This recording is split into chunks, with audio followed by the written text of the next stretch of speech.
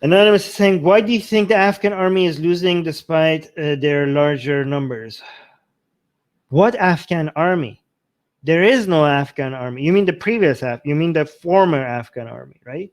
There is no Afghan army just went poof, just went like poof. It was like a paper tiger, right? It's just like, how many were there supposed to be? There were supposed to be 300,000 of them, right? With the most advanced weapons, American weapons, and billions of dollars in training. It was supposed to be a very sophisticated army, right? And they're like, bye-bye, just like nothing. Guys, it wasn't even like, oh yeah, we put up some, no, just like they just went home. They just went home. Okay? So why? Because they weren't even there to begin with. This was not an army. Okay, so they didn't have anything to fight. Okay, this is my understanding, which could be wrong. Okay, I'm gonna go change it here if I get better information. But my understanding is that, first of all, there was a lot of corruption. Okay, but more importantly, these people were not there to fight for Afghanistan. Okay, I mean, I hope a lot of people understand that Afghanistan as a concept, as an identity, it's not something that many people like, oh yeah, I'm gonna die for this. Okay, it's either like, and even like a lot of people don't understand that it's mostly my tribe, like the tribal allegiances. What loyalties line, like where people's loyalties are in Afghanistan, right? And a lot of people understand, like for example, Taliban as this Islamic entity, okay? But I don't know if a lot of you might disagree, but Taliban, it is an Islamic entity, but maybe even more than an Islamic entity, it's a tribal entity, okay? The Pashtun identity of Taliban, as strong as the Islamic nature of the Taliban is, the Pashtun identity of it might be even stronger than the Islamic identity of it. Like, do you guys agree with me on this? Like, is anybody know, like, understands what I'm saying? But tribal allegiances and people dying for their tribe and people being loyal to their tribe, that is a strong, those are strong entities that people are going to be there for, and people are going to be loyal to each other for. Like, a lot of people, for example, say the Afghan army was 300,000, but the Taliban was 60,000, right? And the Afghan army was like much more trained and had a lot more better weapons. Yeah, but they didn't have anything to fight for. They didn't have anything to fight for. They were not there to die for Afghanistan, okay? They were there to just get paid. And so when the fight comes, especially given that a lot of them weren't getting paid, why would they like stay and be like, oh yeah, I'm going to keep fighting? Like, no, they're going to go home. All right. And also the Taliban 60,000 is probably a lot more than 60,000, because the estimates of the 60,000 was based on the core people that are Taliban. But again, tribal alliances within Afghanistan goes beyond just the Taliban. Like, there's a lot of allegiances between Taliban tribe and other people that as soon as when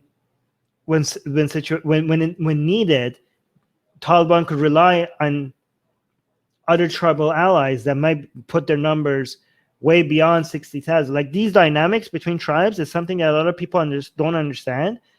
And it's a network that Taliban could always rely on, that you can't recreate by just bringing people together and be like paying them to become soldiers, right? This is the problem. This is why Saudi Arabia is not able, with all the military might, with billions of dollars worth of weaponry that it buys from the United States, can't defeat a bunch of Houthis, right? That didn't even have shoes for a long time, right? In Yemen, because these are people who are like, have an ideology. They have like something die for. They're ready to, again, the power of networks, the power of having an ideology behind your fighters is something that you can't recreate with advanced weaponry and just paid soldiers, right? And people are recognizing that. It keeps, and this is, this is very interesting because this is something that is constantly being proven over and over again. However, the reason why some people might assume otherwise is because in recent history, United States has come off victorious, like in certain battles that was so decisive, and it seemed like it won those decisive battles because of its military might. However, it didn't. Like if you think about, like, people are, the reason why people still, the memory of World War II and the victory of after the Cold War is still with us, right? I mean, people might have not think like it's completely gone after Vietnam and then the Iraq War and now Afghanistan and some other failures. People might think that's completely wiped off, but it hasn't been completely wiped off. The problem is that the ideology that drove Germany and the ideology that drove communist countries and the victory of United States and other Western European countries, the decisive win that they had over those, is because these ideas were baby ideas that didn't have the deep roots of religion or tribal allegiances that you could see, like, I don't know, among Houthis or Taliban or some other groups. Okay, so and also what the ideology that United States and Western European country had was capitalism, which was basically the idea, like, it was so, so like a lot of people think like United States won the Cold War because it was more powerful military it had more militaristic capabilities. But no, it was also winning an ideological war, and that was an easier ideological war to win because, first of all, communism and Yazidism, I'm not going to say the actual word because YouTube is be sensitive, were newer ideologies, and they were so obviously weak compared to what Western countries had to offer that people were it was easy for people to see, like, okay, I like these ideas, I don't like those ideas. And Western culture, Western music, Western economics, Western way of giving people rights, well, I guess I want that and none of that, and people were choosing. Okay, so it was like United States was winning because of, like, not from a military perspective, and also from an intelligence perspective, like they were doing operations around the world, but also people were like, their ideology was also popular. Okay, so it was easier to win those wars. But then when you have the same operators and you bring it against, I don't know, Islamism or ethnic tribalism, you're not going to be able, like, no amount of military power is going to give you the same decisive wins, right? So you can't use those wins as a model to win over here as well. Then what do you use as a role model then to win this battle?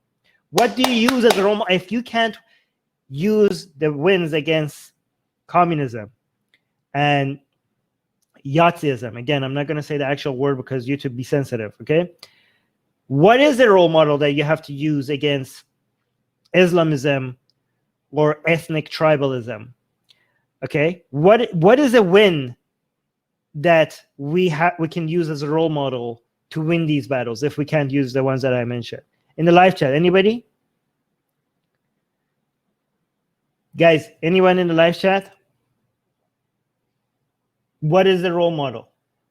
Like, think about fighting against an ancient, deep-rooted enemy, and that you want to win an ideological war that cannot be reduced to defeating your enemy on the battlefield. Okay, it can't be reduced to that. You guys are just saying humanism, individualism. No, but I'm saying, like, give me a historical, like, something that we could look into history.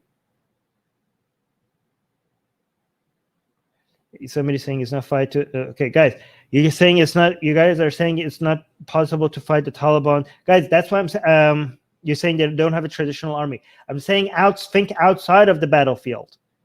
Yes, and Anonymous is saying enlightenment, the age of enlightenment. Okay, guys, because the other enemy that was defeated in this way was Christianity. Okay, if you want to see how you win against an ancient, deep-rooted enemy, how you win an ideological war, then you have to look how Christianity was humbled and humiliated and defeated. You look at the age of enlightenment. That's the role model. And that's why our podcast is called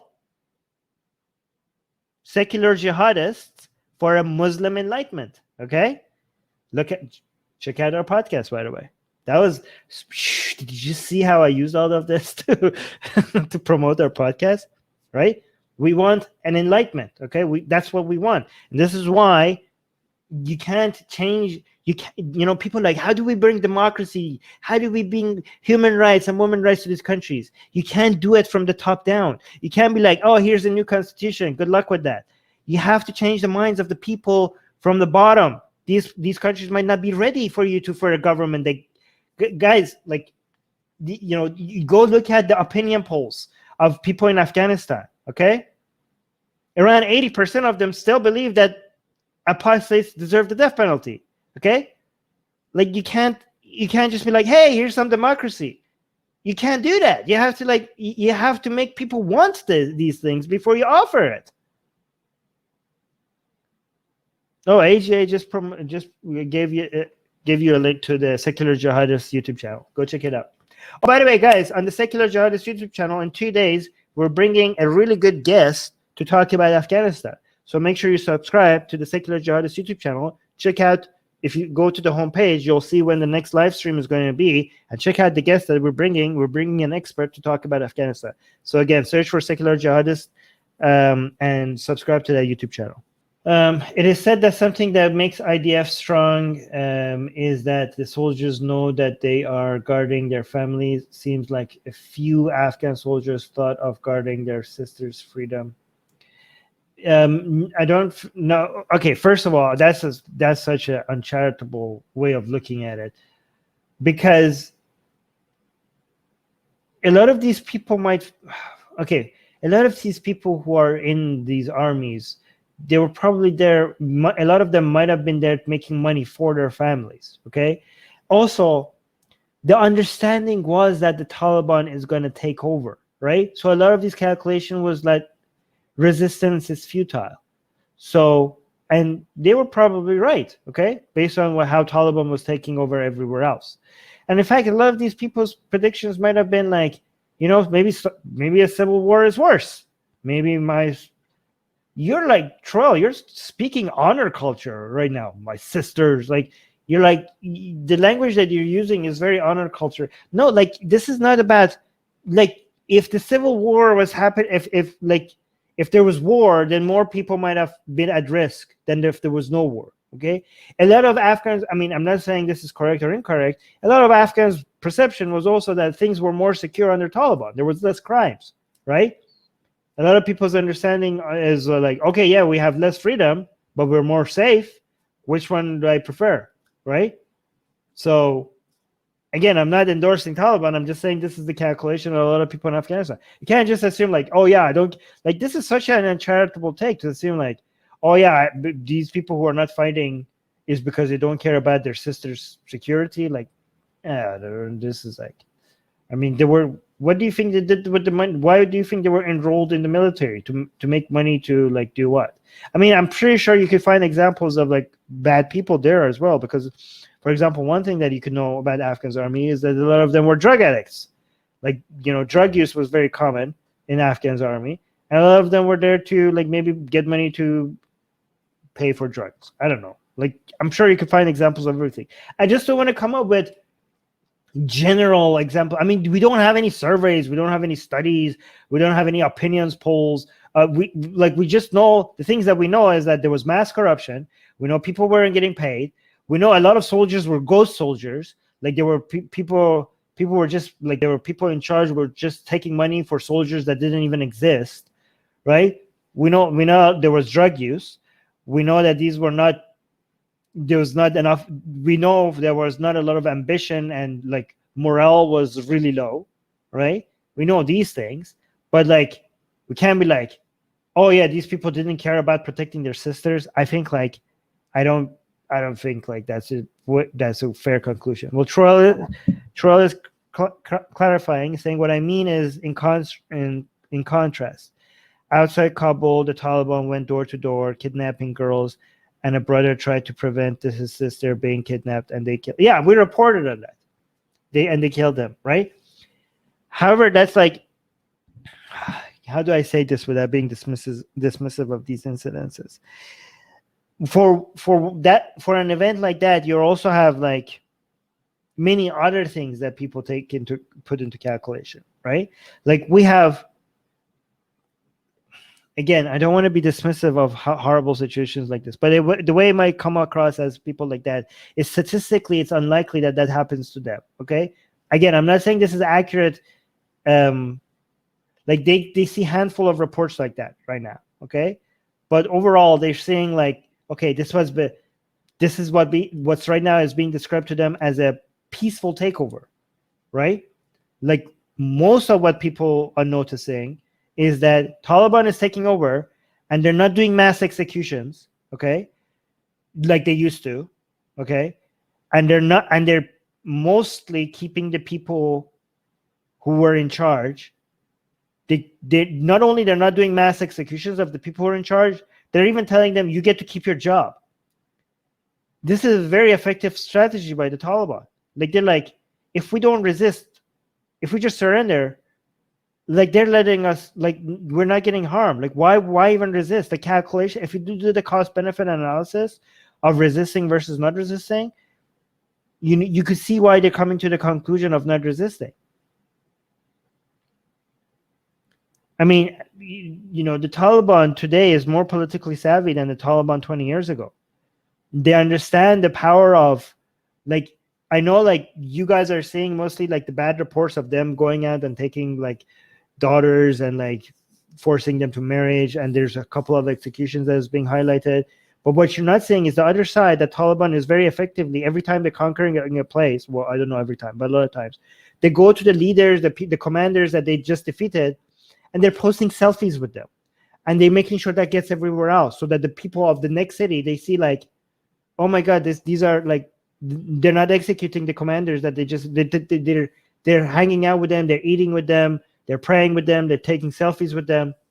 They're like, okay, I'm not going to resist. If I resist them, I might die. If I don't resist, I'm going to be taking selfies with Taliban tomorrow. Okay, so like, what decision? And they're like, I know that Taliban's promises, you shouldn't, like, it's nothing to trust, but they're smart enough at least to tell people like, no, don't, like, we're different from before. I'm not saying we should trust them, but that has some influence. Guys, like, I don't know if you understand, a lot of people in Afghanistan today haven't even seen Taliban before. It's been 20 years. Like when Taliban went to Kabul, there are a lot of young people that were in the streets to see Taliban for the first time. Like a lot of, I don't know if this is a foreign concept. Like this is because we think like Afghanistan, Taliban. So it's therefore like it's hard for people to understand that young people in Kabul, they're like, oh my God, Taliban is here. I want to go see Taliban because I've never seen Taliban. You would think like anybody in Afghanistan has always seen Taliban, but that's not, like they've always heard about it. It's been on the news, but this is like these like weird like heroes from the mountains all of a sudden showing up in this capital city. It's like I don't know, it's like legendary warriors all of a sudden showing up to them. People are going and they're excited even to see them, right? So I just want you guys to understand that maybe the perception that you have of how people see Taliban is not exactly the same as what you would think people will feel if you only rely on, I don't know, women's rights activists or secular activists or atheist activists. If you only rely on coming up with the conclusion of what their perceptions, what they're saying, then you will get a very inaccurate picture of what people are thinking and feeling. Like I'm not dismissing, a lot of people were scared. Like a lot of people were scared. A lot of people are in their homes, locking their doors, not coming outside. A lot of people are like thinking like, okay, I'm done, I'm dead. But a lot of people are also excited. Like it's just not as black and white as you think.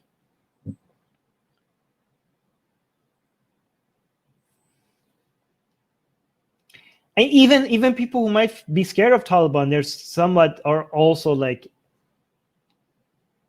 I don't know, like interested, you know.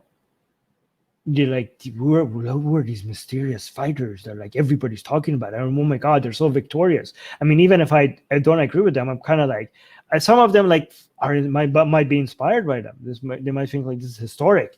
These are like warriors. I don't know. Anyways.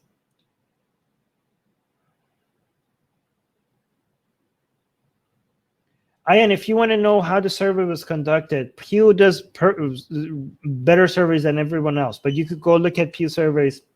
They describe it in great detail on how the Pews were conducted. Okay, I'm gonna go. God damn it, it's been 2 hours. Okay, I'm gonna only do short questions or like member questions. Yeah, I'm just gonna skim through.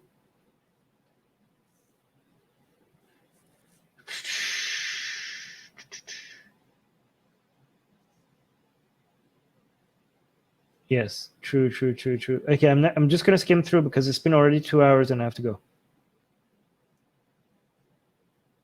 All right, I'm not gonna do that one. That's too long. Okay. Let me just. Let me see. Troll is saying, let me amend my terminology. What I meant by their sisters' freedom was Afghani women's freedom, because it seems like you took sisters' freedom to mean like virginity or something. Yeah, I mean, well, I already answered all of that. I went into great detail. I think like the way you're like analyzing the decision-making processes with your thought process, with your frame of mind of like, oh, Taliban, obviously Taliban coming to power like is bad for all women in Afghanistan. You're coming with that mindset, which is, I'm not saying it's inaccurate, but that is not the mindset, the way like necessarily, it is the mindset of many Afghans, but it's not the way the mindset of many other Afghans. Like just assuming that that's a, you know, assumption that everybody is operating on, and based on that assumption, that what conclusions you get on what's right, like maybe your assumption that is everyone's assumption is inaccurate, right? Like, and we don't know even, like, we don't know like on how bad things are going to be, right? Like there are a lot of people that are saying like, oh, it's going to be so bad, like every ex-Muslim in Afghanistan is done, like they might as well just write their will right now, like, you know, they might as well just say their goodbyes, you know, like we don't know that. It could be that bad, but it could be not that bad. Like it's like very unpredictable. Like I'm not saying things are going to be good for secularists and women and atheists and some other minorities. I'm not saying things are going to be good, but I'm just saying there are degrees of bad. Okay, it's, you know, very bad and devastatingly bad. Like it's not that black and white. So we don't know the degree. It could, again, if things get really bad, don't come later and tell me like, Armin, you said things are not going to be bad. I didn't say things are not going to be bad. I said things are going to be bad. Okay, for women and secular activists and women rights activists and other activists, human rights activists, for education, things will be bad. But how bad? It could be very bad, or it could be very, very bad. Okay, I don't know. Okay, so and maybe based on assumptions on a lot of Afghans, it's not going to be, yeah, it's going to be bad, but not that bad. And some Afghans, if you look at what some Afghans are saying, things they don't think things are going to be different at all. Many Afghans think like their lives are not going to even change that much. Okay, and there are Afghans, okay, hard to believe, that think like, oh, things are going to improve. Even the Afghans that want freedom think things are going to improve overall. Some of them. There are certain Afghans that say like, it will be sad for some of our freedom to go away, but at least now we're going to have more security. That is an opinion that is common right now. I mean, seems to be common, because if you look at what people are saying, that's one of the opinions that are coming out. Okay, so don't just assume that everybody's operating with your with your assumptions when it coming to conclusions. Hey guys, if you're a fan of blasphemy and sexy Callie, like me, then you need to be sure to subscribe to our newsletter, link in the description below. Because if you subscribe, we will send you a free copy of our Blasphemous Art ebook. And let me tell you, it is the tastiest blasphemy that you can find anywhere available today. And we are so generous with our blasphemy that we continue to send you more blasphemy every week. So make sure to subscribe, link in the description below.